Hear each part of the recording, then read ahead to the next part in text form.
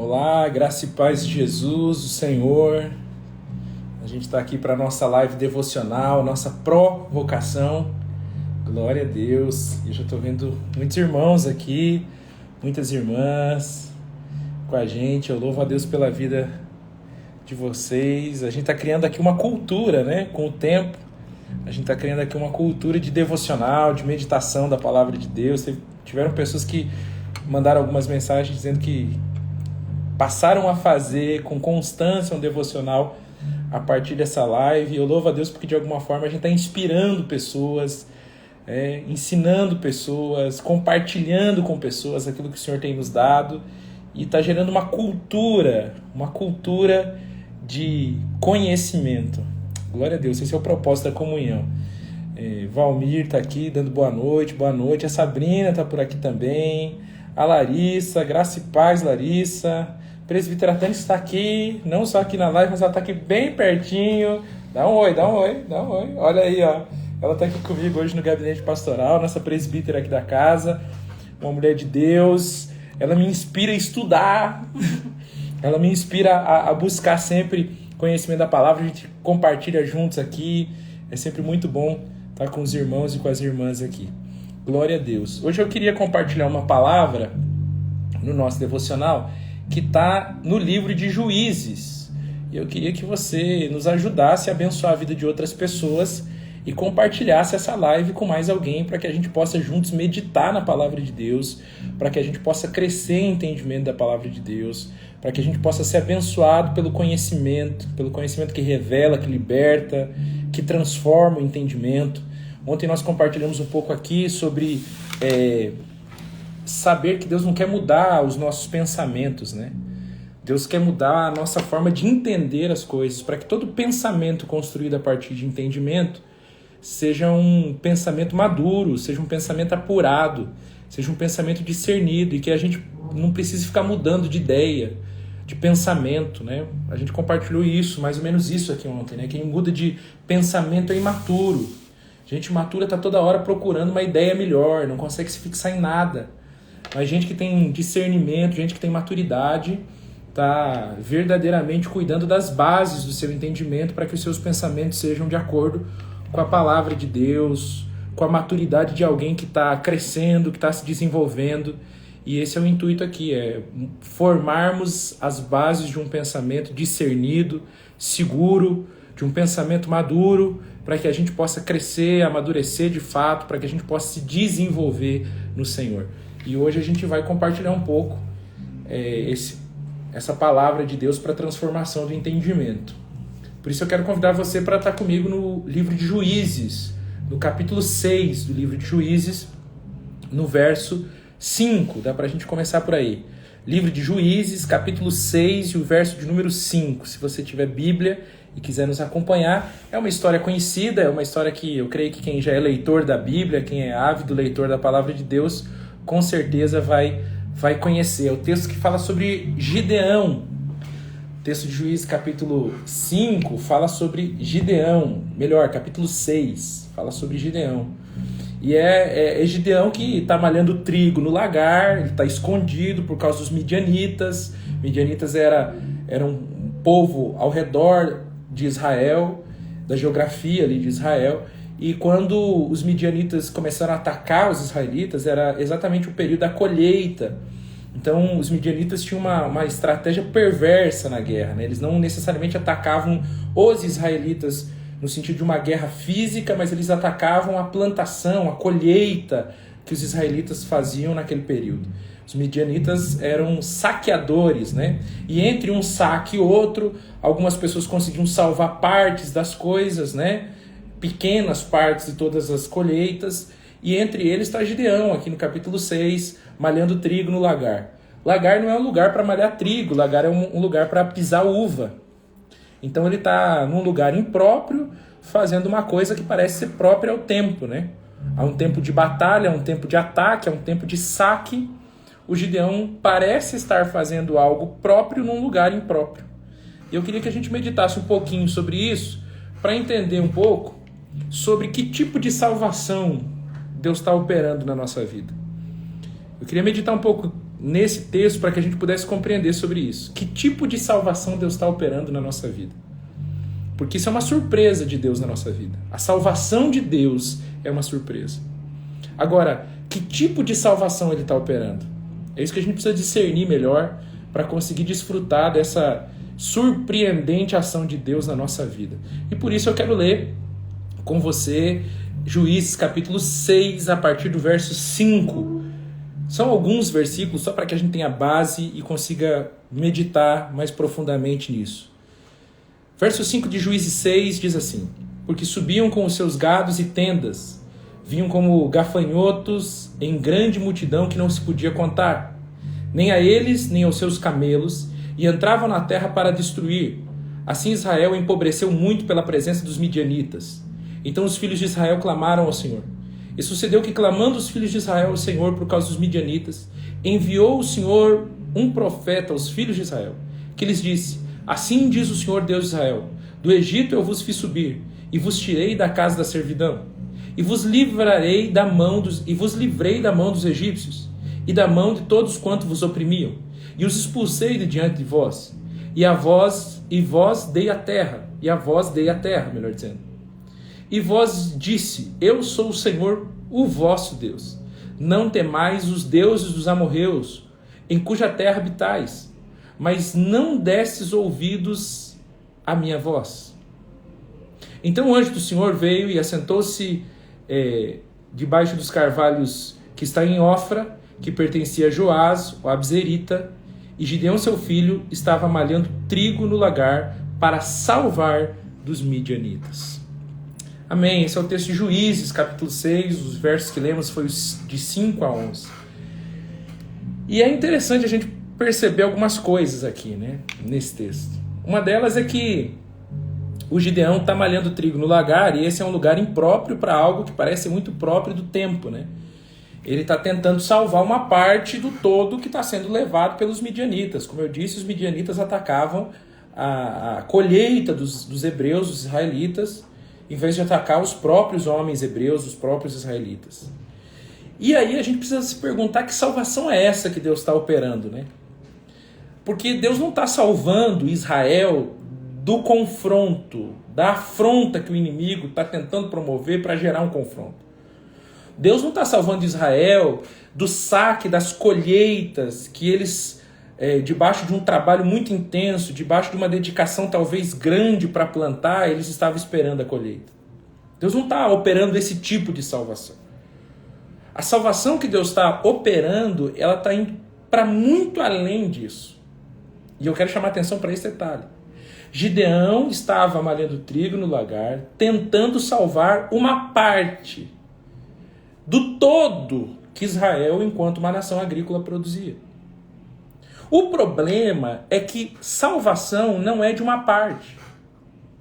A salvação sempre, a ideia, a revelação de salvação é sempre para o todo e não para uma parte.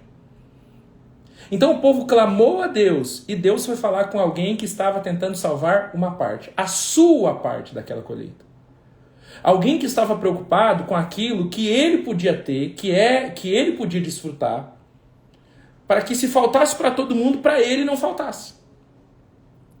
E às vezes a gente está inserido nessa ideia de salvação.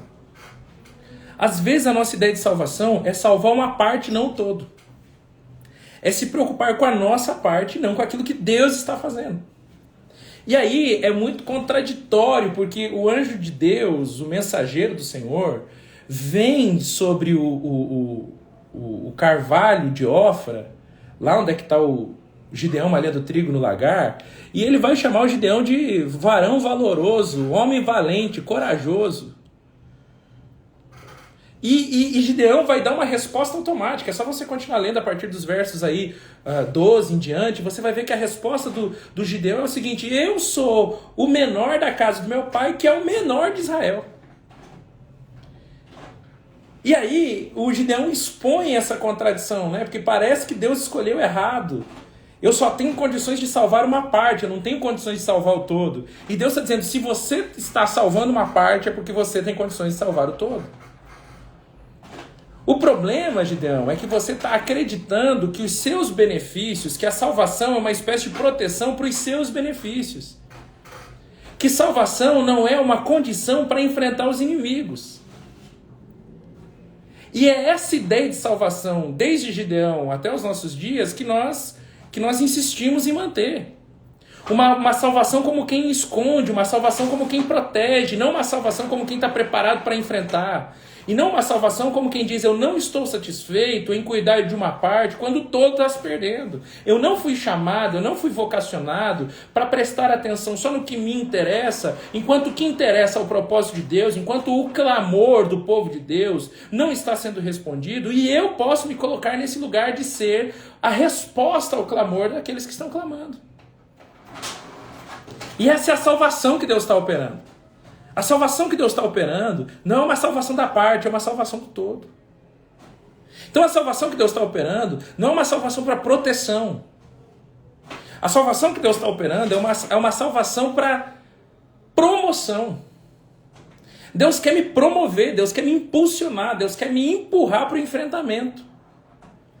Não é como quem salva e protege do mal. É como quem salva e, em salvando, diz para o salvo: agora você tem autoridade para quem em meu nome expulsa demônios, cura enfermos, se beber alguma coisa mortífera não lhe fará dano algum. Ou seja, não é uma promessa de que não vai vir nenhum mal. É a promessa de que, em vindo o mal, você tem condições de não salvar a sua parte ou não salvar a parte, mas estar na posição de ser a salvação para o todo.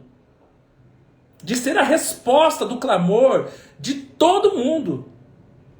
E não de ser apenas alguém privado que quer viver as respostas do seu clamor. Então o que estava em falta naqueles dias em Israel não era de clamor, não era de oração, não era alguém que buscasse a Deus por resposta. O que estava faltando em Israel naqueles dias? Não era jejum, não era direcionamento no sentido de vamos nos humilhar, vamos nos quebrantar, vamos pedir o favor de Deus. Não, o que estava faltando em Israel naqueles dias era alguém que se levantasse fora da sua concepção privada das coisas, da sua parte, e se colocasse com uma resposta pública para todo mundo. E às vezes eu acho que é essa dificuldade que a igreja tem de entender salvação. A igreja tem a dificuldade de entender salvação porque pensa sempre salvação como reunião fechada de um grupo seleto, de uma parte. E a igreja não entendeu que Deus não salvou as pessoas para que elas se tornem uma reunião fechada à parte do mundo, mas que Deus salvou a igreja para que a igreja salve o mundo. Deus não salvou uma parte como quem protege uma parte. Deus salvou uma parte para que a parte se levante para proteger o todo, para salvar o todo, melhor dizendo. Essa é a responsabilidade que a gente precisa encarar diante da nossa salvação. Imagine você, Davi está levando alimento para os seus irmãos no campo de batalha e tem um homem alto, grande, gigante, não é? Como a gente costuma dizer, chamado Golias, afrontando o povo de Deus, e os seus irmãos estão ali no exército. E o texto bíblico vai dizer que quando Davi chega naquele campo de batalha, o Golias está sentado. Então já era grande sentado. Imagina quando esse homem ficou de pé. E aí o rei Salomão, melhor dizendo, o rei Saul, não Salomão, Salomão vem depois. O rei Saul olha para Davi, Davi se empodera de um espírito de salvação e vai para o enfrentamento com Golias. E aí o Saul tenta oferecer suas armaduras, como quem diz assim, ó, se proteja, que salvação é proteção, mas as armaduras de Saul não cabiam em Davi. Davi não estava vocacionado para se salvar, não dava para usar as armaduras de um rei. Davi estava vocacionado para operar a salvação, não como quem protege, mas como quem enfrenta. E aí o exército que deveria estar enfrentando, atuando na ideia de salvação como quem vai para cima, está pensando que a ideia de salvação é ficar recuado, olhando o inimigo de longe e temendo o inimigo. É a relação que às vezes alguns crentes têm com o diabo, né? É a relação que os crentes às vezes têm com o problema. A nossa oração é muito mais uma proteção, porque a gente teme o que o maligno possa fazer. A gente teme o que a nossa realidade pode sofrer. A gente teme, por exemplo, a retaliação. E a gente se exime, a gente se evade, vive uma evasão espiritual. A gente foge dos enfrentamentos ministeriais porque a gente quer se proteger. A gente foge das responsabilidades ministeriais, dos compromissos assumidos com a palavra de Deus, com a comunidade de fé, com uma vida santa, porque a gente quer se proteger. E não é isso que Deus vai falar com Gideão. Não é salvação enquanto proteção, não é salvação de uma parte. É de fato entender salvação não como proteção, mas entender salvação como a capacidade de um enfrentamento. Então, amados, de que Deus nos salvou, em nome de Cristo Jesus? De que Deus nos salvou, Tânis? Nós mesmos. Deus nos salvou de nós mesmos. Porque o nosso maior inimigo não é os midianitas, como era o caso do Gideão. O nosso maior inimigo não é o diabo, como no caso de alguns crentes. O nosso maior inimigo, a nossa maior batalha é contra a nossa própria forma de pensar, que em tentando se proteger, cria salvação de parte, quando Deus quer promover salvação do todo. Cria salvação como proteção, quando Deus quer promover salvação em capacidade de enfrentamento. Então, se você quer conhecer um salvo, não é o quanto ele se protege através da sua religião, através da sua prática de jejum, da sua leitura da Bíblia, através dos seus misticismos todos, mas é o quanto ele está disposto a enfrentar as dificuldades, ainda que ele seja menor, ainda que ele venha de uma cidade pequena, de uma realidade inferior, mas ele está disposto aos enfrentamentos. Ele está disposto a fazer aquele vestibular, ainda que ele tenha que suar para pagar a universidade, e ele saiba que ele vai viver apertos, ele vai viver batalhas para pagar a universidade, o curso universitário que ele vai fazer, para pagar o seu aluguel, para pagar as suas despesas com alimentação, com vestimentas, com transporte. Ele sabe que ele vai viver uma batalha, mas ele foi salvo para esses enfrentamentos. Ele foi salvo para ir para cima. Ele não foi salvo para entre um saco e outro ficar tentando proteger uma parte. Ele foi salvo para que ele encare as coisas e entenda que a marca do salvo não é proteção. A marca do salvo é aquele que vai para o enfrentamento. O que nós estamos vendo hoje é uma geração de crentes covardes. Gente que tem medo de entrar numa relação porque quer proteger os seus sentimentos, porque se lembra o tempo todo do que aconteceu lá atrás, no passado. Ah, porque no passado eu fui ferido. Ah, porque no passado eu fui traído. Ah, porque no passado você tentou proteger uma parte. Deus está te chamando para proteger o todo. Você é salvo em Jesus agora. Você não tem medo dos inimigos. Você não está justificando que você é o menor, que você foi traumatizado, que tem gatilho. Não, você é alguém agora discernido, e a marca do seu discernimento, você é salvo, e a marca agora da sua salvação não é uma salvação que protege, uma salvação da parte, é um enfrentamento do inimigo para proteger o todo. Você não é alguém que foi chamado por Deus para viver agora uma vida de solidão. Então não adianta proteger a parte dos seus sentimentos para não ser ferido neles e, por outro lado, viver uma solidão. Deus não te chamou para proteger uma parte, Deus te chamou para salvar o todo.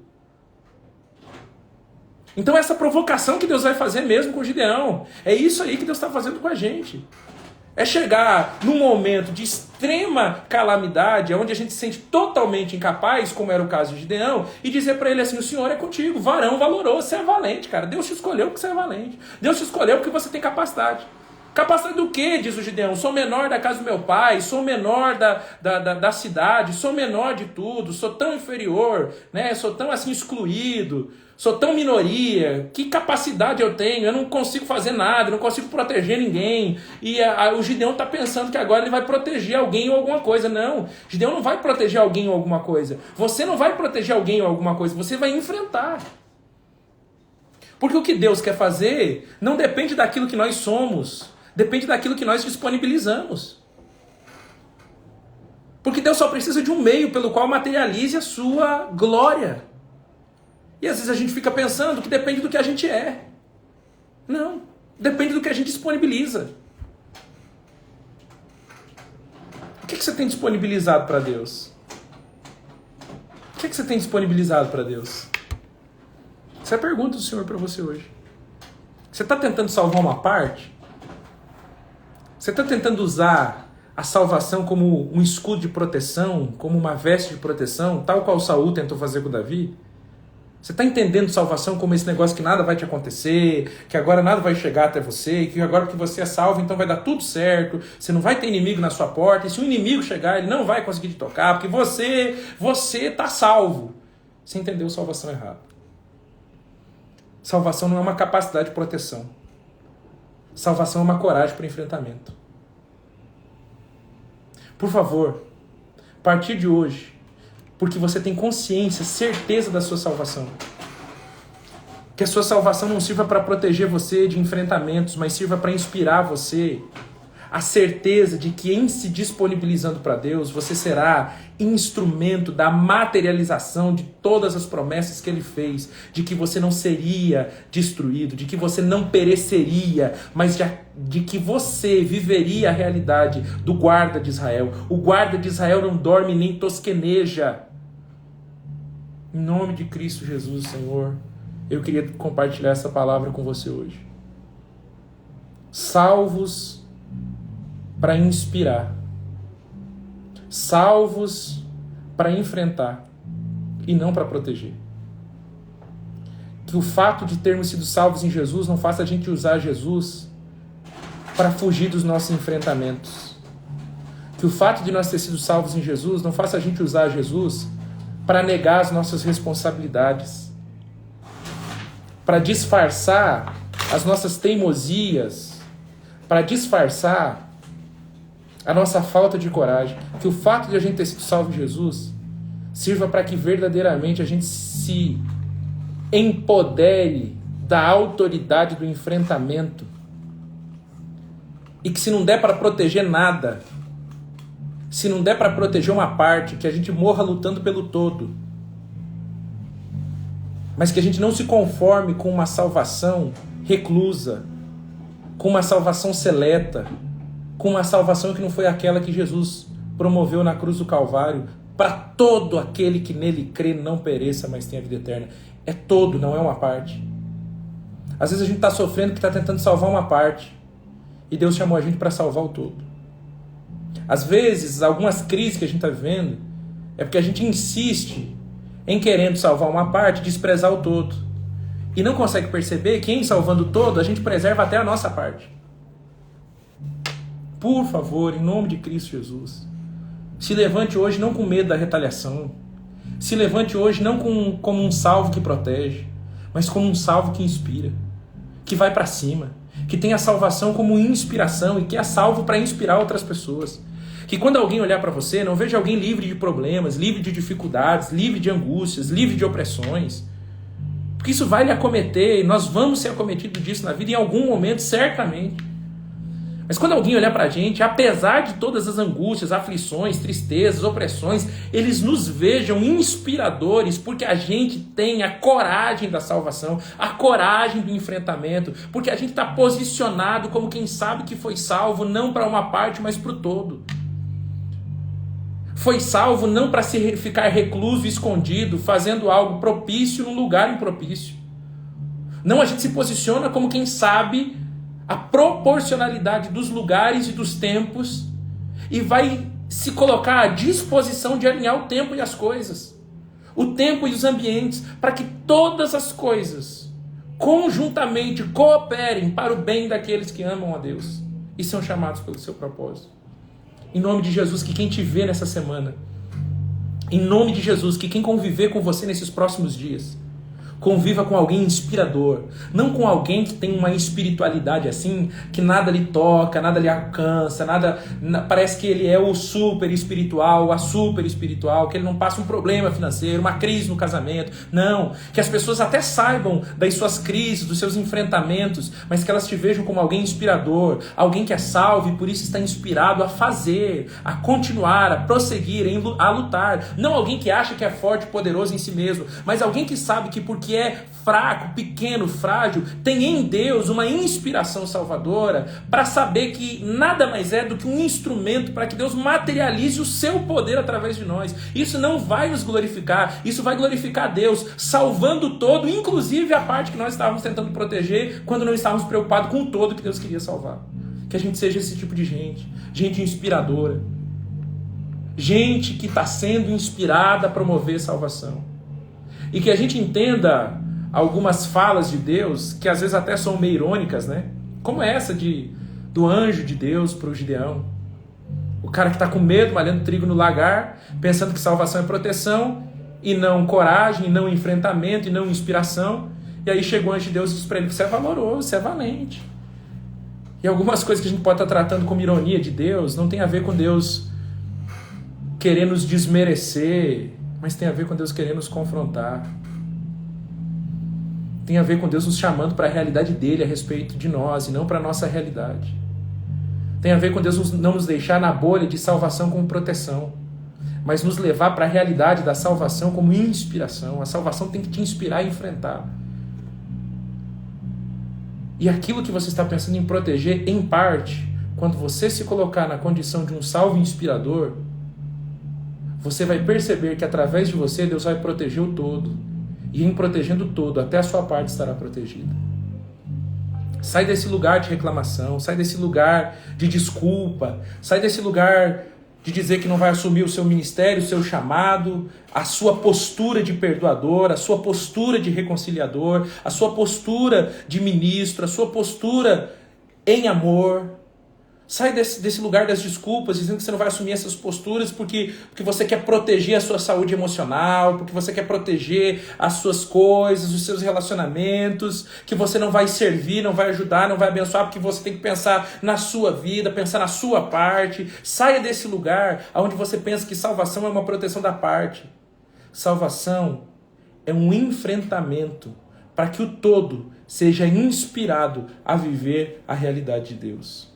Que seja assim na sua casa, que seja assim na sua família, que seja assim na minha casa, na minha família, no meio daqueles que me cercam. Que quem nos olhar como salvos, nos vejam como inspirados pelo Espírito Santo de Deus. Salvos para salvar e não salvos para proteger. Porque às vezes eu acho que a gente pensa um pouco isso, né?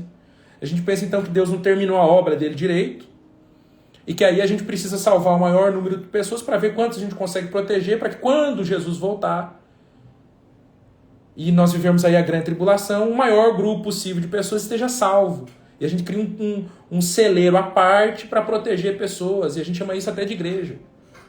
Não é para isso que Deus nos chamou. Em nome de Jesus, Deus não fez nada mal feito. Não foi para isso que Deus nos chamou. Deus não nos chamou para proteger uma parte. Deus nos chamou para inspirar o todo. Então nós não estamos guardando ninguém para a vinda de Jesus. Nós estamos restaurando todas as coisas para que quando Jesus vier, ele encontre um mundo restaurado.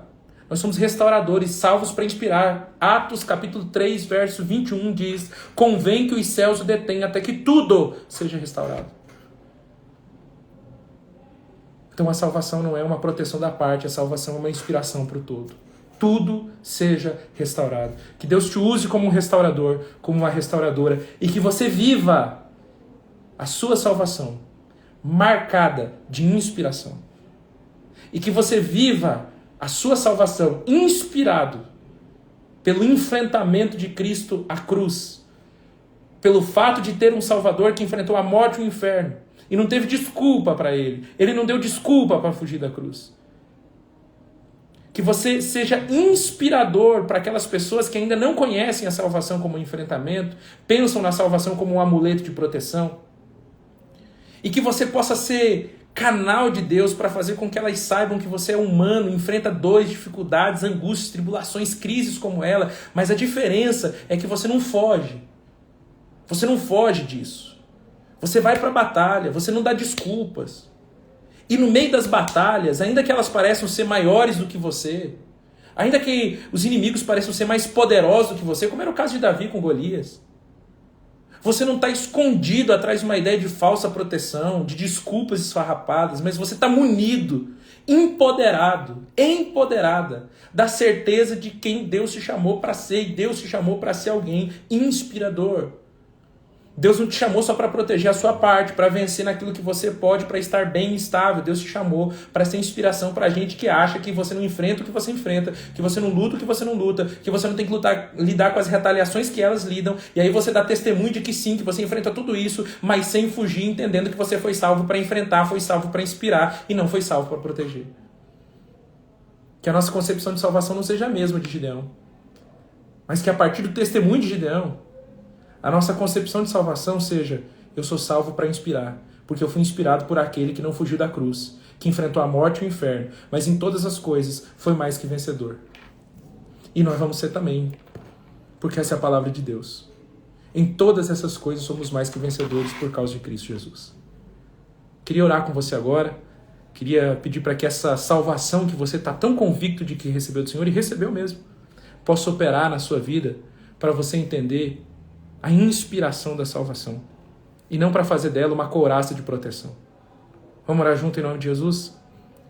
Coloca diante do Senhor aí o que você precisa ser inspirado a enfrentar, porque você é salvo.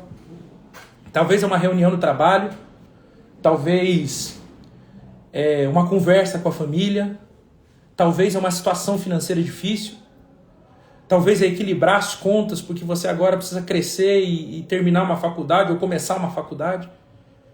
Eu não sei quais são as coisas que você tem que enfrentar e está pedindo para que Deus proteja você, para que nenhum mal lhe aconteça. Não, não é isso que é salvação. Salvação não é proteção, salvação é inspiração para o enfrentamento, sabendo que em todas as coisas nós somos mais que vencedores por causa de Cristo Jesus, sabendo que nós estamos sendo usados para materializar a sua glória, não só para proteger a nossa parte, mas para inspirar o todo. Então deixa Deus te usar, porque tem gente que você nem sabe, que está olhando para você, vendo o teu testemunho, e por causa do testemunho da sua inspiração, da salvação que te inspira, pessoas serão inspiradas e alcançarão ou serão alcançadas pela mesma salvação que te inspirou, pela mesma inspiração que te inspirou. Então não é do quanto a gente pode proteger as pessoas, não é o quanto a gente pode falar de Jesus necessariamente para as pessoas, mas é o quanto a gente está materializando aquilo que Jesus materializou, uma salvação que enfrenta, uma salvação que encara, uma salvação que não tenta proteger, mas que está sempre disposta a inspirar. Amém? Em nome de Cristo Jesus, vamos orar. Pai querido, nós queremos colocar diante de Ti agora aquelas coisas, Pai, que talvez estão travando a nossa mente, bugando o nosso pensamento, e não nos deixa perceber que o Senhor nos salvou para salvar, para ser inspiração. O Senhor nos salvou, Deus, para o enfrentamento e não para proteção, para reclusão, e não para nos tornarmos aquele grupo seleto que pensa que é melhor que os outros, que está mais protegido que os outros, que está mais bento que os outros. Não. Não foi para isso, Senhor. O Senhor nos chamou para salvar. O Senhor nos salvou para salvar. E ainda, Pai, que existam algumas contradições na nossa história, nos nossos sentimentos, como houve com Gideão, quando o anjo foi falar com ele.